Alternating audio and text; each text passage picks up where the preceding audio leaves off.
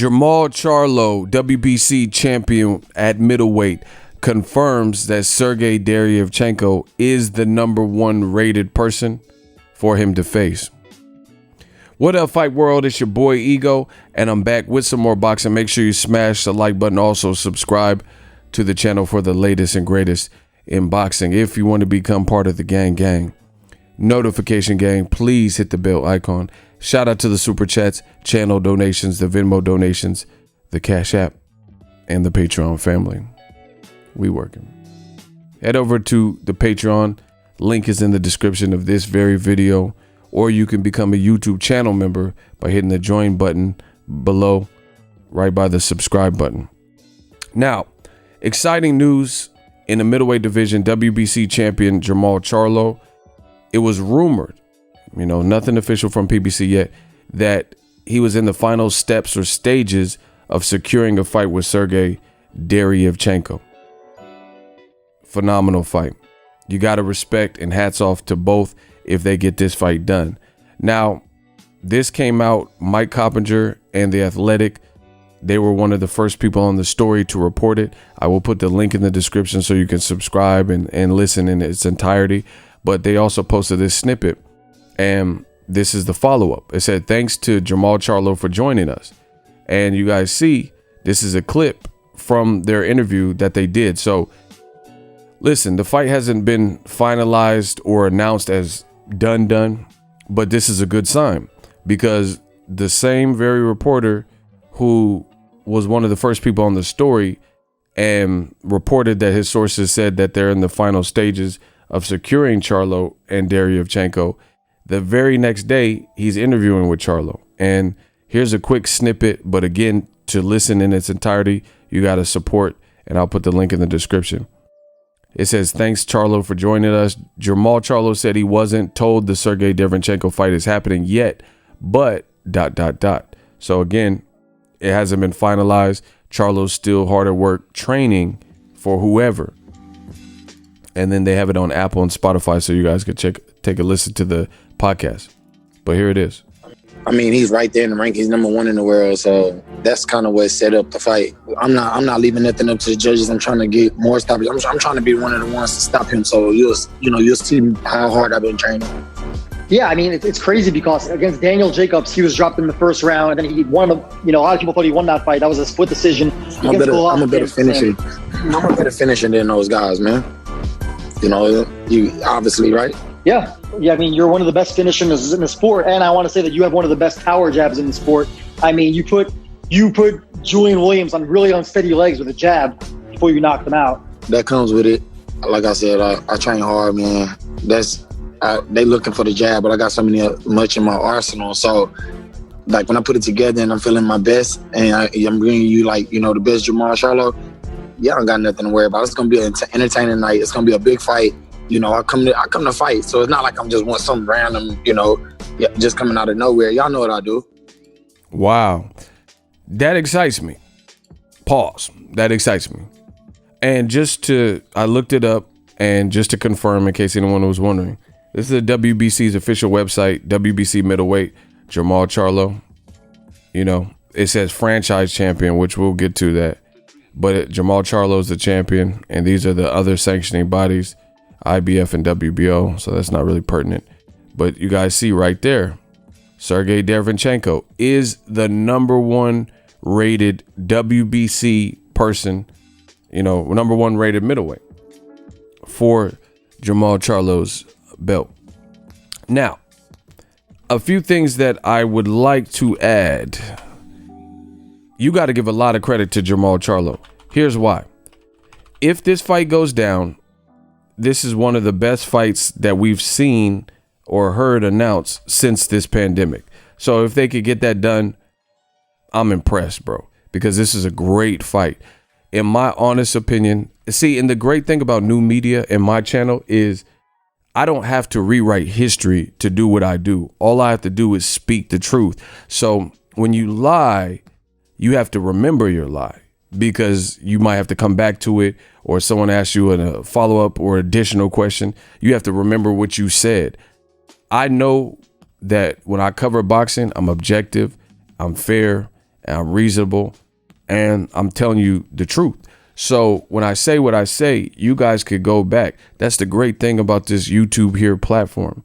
You know, YouTube, it creates breadcrumbs and that paper trail for all of my work. You know, so it's like my body of work in this boxing game, you could go back.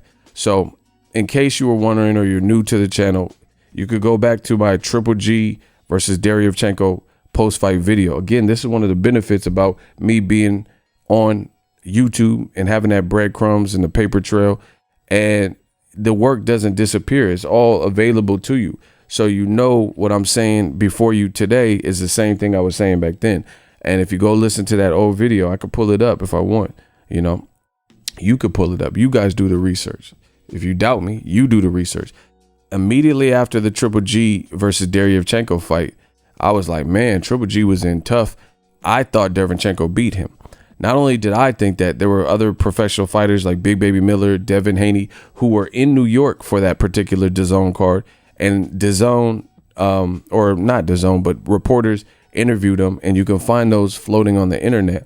And people like Devin Haney said, nah, Deryevchenko got that. So a lot of people, even Canelo, said that he thought Deryevchenko won. So there's nothing you can hate on if Jermall Charlo gets this fight. You could try, but this is just a great fight.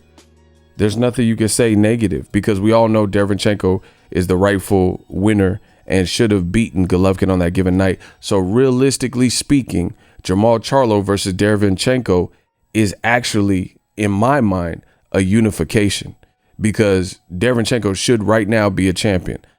So he deserves another title shot.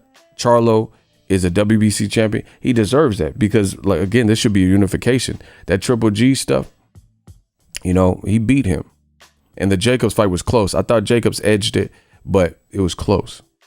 So Jermall Charlo, as you guys hear, he said, I'm training hard. Y'all know what I do. I'm a better finisher than them guys. Obviously referring to the big names that he's fought, I'm assuming Triple G and Jacobs. And he's like, man, you know, I'm training hard when I'm focused, locked in. You know, there's no end to what I could do. They looking for the jab, but I got so much in my arsenal. I got so many tools available. You know, I'm just ready to showcase it. I love the confidence from Jermall Charlo. I'm really feeling the Lions Only movement and brand, and just how they're conducting themselves. A lot of people try to, you know, hate on the Charlos because they're outspoken, black in America, making money, rich, and that just has a way of irking old media, you know. But I'm really liking it. What they're doing, they're making boxing exciting. They're eager to face the best. Like, look at his brother, Jermell. Jermell Charlo lost his belt in a controversial fashion on the same card as his brother for the Fox debut. I was at that fight. I was at that particular card. And Jermell Charlo wanted nothing more. He was emotional. Even after the post-fight, after he felt he got robbed, he started crying a little bit. Like, man, I don't like losing. This is BS. You know, I lost my belt. Boom, boom, boom. But right after that, what did Jermell Charlo do? He wanted Tony Harrison. He wanted no other person. And it was supposed to happen next. Al Heyman and PBC got it done, but it was Tony Harrison who pulled out with the fight and said, you know, I'm injured or whatever the case may be.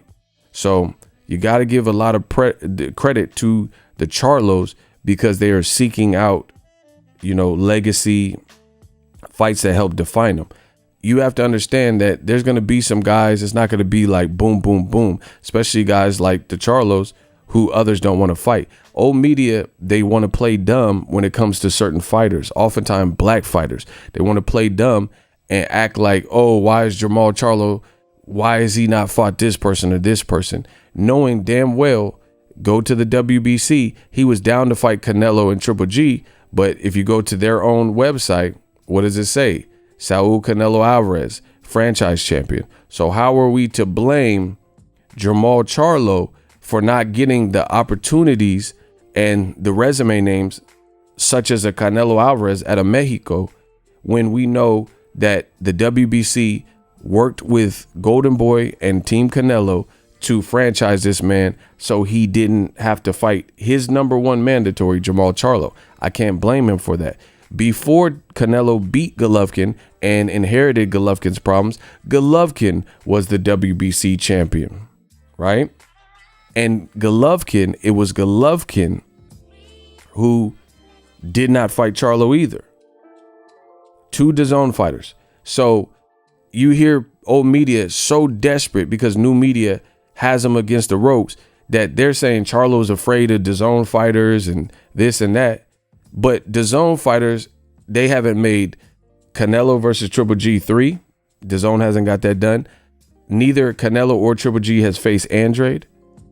And the mandatory for Canelo and Triple G in recent memory was who? Charlo. And they didn't fight him.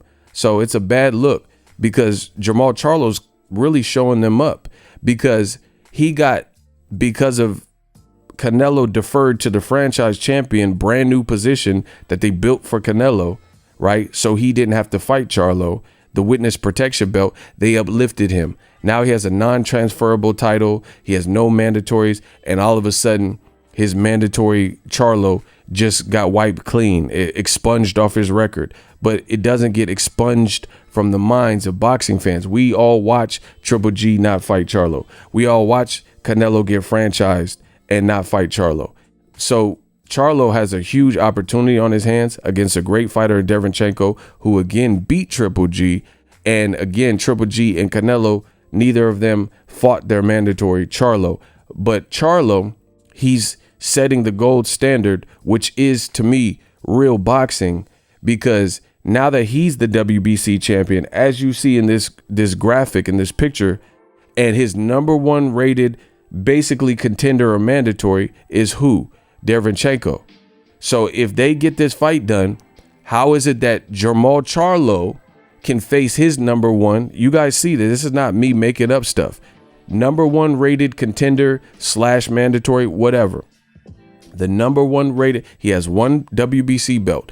The guy you see on screen, Sergey Derevyanchenko, really beat Golovkin, so it should be a unification. He is the number 1, as Charlo confirmed, he is the number 1 rated challenger, contender, mandatory, whatever you want to call it, who has already fought the likes of Danny Jacobs in a title fight and Golovkin in a title fight, gave both of those guys a run for their money, arguably beat both or one, depending on who you ask.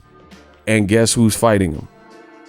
That's right, Jermall Charlo, the champion. So, you know, people, they can hate, and that's what they tend to do, and say, oh, why about time Charlo fought someone? But they're not saying this to Triple G or Canelo, who they're talking about. ESPN just dropped a brand new article in the last few days, and they said Canelo might fight Jason Quigley or Toriano Johnson. Those names are up for consideration. So you can't say nothing to the Charlos right now, because if they get this fight done, you know, this is, oh my God. If they get this done, it's over, because this is just a good fight. Nobody can deny it. The man's in shape right now. He's disciplined with his career. He's clearly wanting to fight the best. Derevyanchenko is rated number 1 in his sanctioning body, so he ain't avoiding no smoke. When Triple G had the belt the first time, before he lost to Canelo, when he was undefeated, Derevyanchenko came up as Triple G's mandatory. Listen, new media. Why tell you when I could show you? Gennady Golovkin stripped IBF title. So he was supposed to fight. Look. Boom. CBS Sports. See how quick I pulled that up? Gennady Golovkin stripped of IBF middleweight title after not agreeing to mandatory title defense. Golovkin, man, you see how this ain't even like rehearsed. I'm just randomly Johnny on the spot. Golovkin was mandated to fight Sergey Derevyanchenko June 6, 2018. So from Brian Campbell, right? June 6, 2018, excuse me. Golovkin got stripped. Everything that I'm saying is facts. Facts only. Right?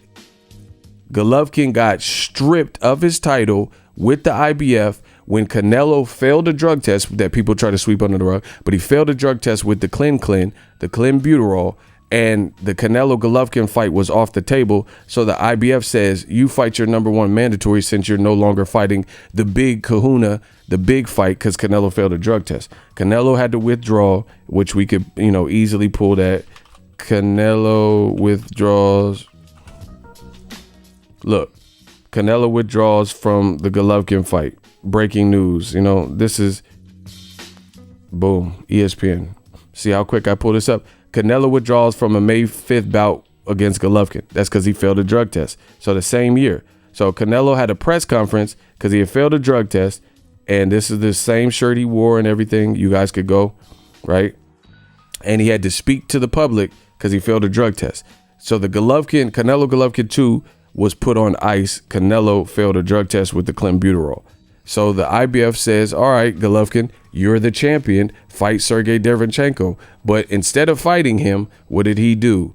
Golovkin opted to fight Vanes Martirosyan, who was coming off of, listen, we just pull everything up. I'm going to do it that way.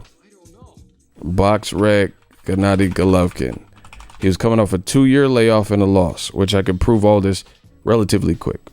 So in lieu of Canelo failing a drug test, right? This is who stepped in and Golovkin chose to fight. 154-pounder at the 160 mark. So that was horrible. That was horrible. Canelo failed a drug test. Golovkin said, hey, let me fight this guy. Just so you guys see. He was coming off of a loss, as I just mentioned. Look, loss. You see that? Coming off a loss to Erislandy Lara. Coming off this loss. This is who Triple G, what he decided to do. So I was at this fight, FYI. May 21st, 2016, he lost to Erislandy Lara, as I just illustrated. Then 2 years later, in the same month, May 2018, Golovkin chose a 54-pounder, moved him up, coming off a loss, coming off a 2-year layoff, as opposed to fighting who? Sergey Derevyanchenko. And that's why he got stripped. Meanwhile, if they could get this fight done for Charlo, you have Big Charlo, who's clearly not ducking no wreck or ducking smoke, because Derevyanchenko is a tough, rugged, tough customer, you know? And if he fights him, it's just a great fight for boxing. Shout out to Derevyanchenko, really like the kid. And then also shout out to Charlo, you know, grown man biz. Let me know what you guys think. Also sign up for ESPN Plus below using my link. It does help the channel when you guys click on that. They got a ton of content. ESPN, they got archive fights of boxing and UFC, ESPN Fight Night coming up. It's just a ton of stuff. So if you're interested in getting ESPN Plus, use my link. It does help the channel. Big ups to Lions Only Charlo. The fight's not confirmed yet, but he does confirm that this is the #1 mandatory. They're both aligned with the same people, and Al Heyman. They both fought on PBC before. Derevyanchenko's coming off a loss, but really it's not a loss because he beat Golovkin. So it's just a hell of a fight. It's really going to make a lot of people look bad if this fight gets done, because, you know, they're talking about Canelo fighting Quigley. And Charlo's a champion. And people, this is what they do to black fighters. Because other people didn't fight Charlo or other people didn't fight Devin Haney, they call them paper champions. They try to say the black fighter, Charlo and Devin Haney, in those two situations are email champs and paper champs, knowing Devin Haney wanted to fight Lomachenko but couldn't get it, knowing Charlo wanted to fight Triple G and fight Canelo. So by default, he became a WBC champion because neither one of them wanted smoke or made that happen. But everybody else in the world could get a Canelo opportunity, from Quigley to John Ryder to David Lemieux. All of them are in the discussion. But when Charlo's name comes up, somehow black fighters aren't in the discussion for Canelo. Like, you know, recent, except for Jacobs, you know, but Andrade and Charlo, these names aren't in the discussion. So we know what time it is, people. We know what time it is. Legendary stuff from Charlo if he fights Derevyanchenko next. And I call for this fight, Ego Matchmakers, but I'll stay on top of it. Shout out to Charlo for the interview with that he did to clarify some things. He said it's not finalized, but, you know, it's looking good to me. Drop your thoughts in the comment section. We working. So if you enjoyed this video and want more content like this on the channel, you can show your appreciation by going to the PayPal donate button or the YouTube support button, and you can donate any amount that you feel is equivalent to the value of this video. Much more to come. Thank you guys for your support. Boxing Ego, the future of boxing.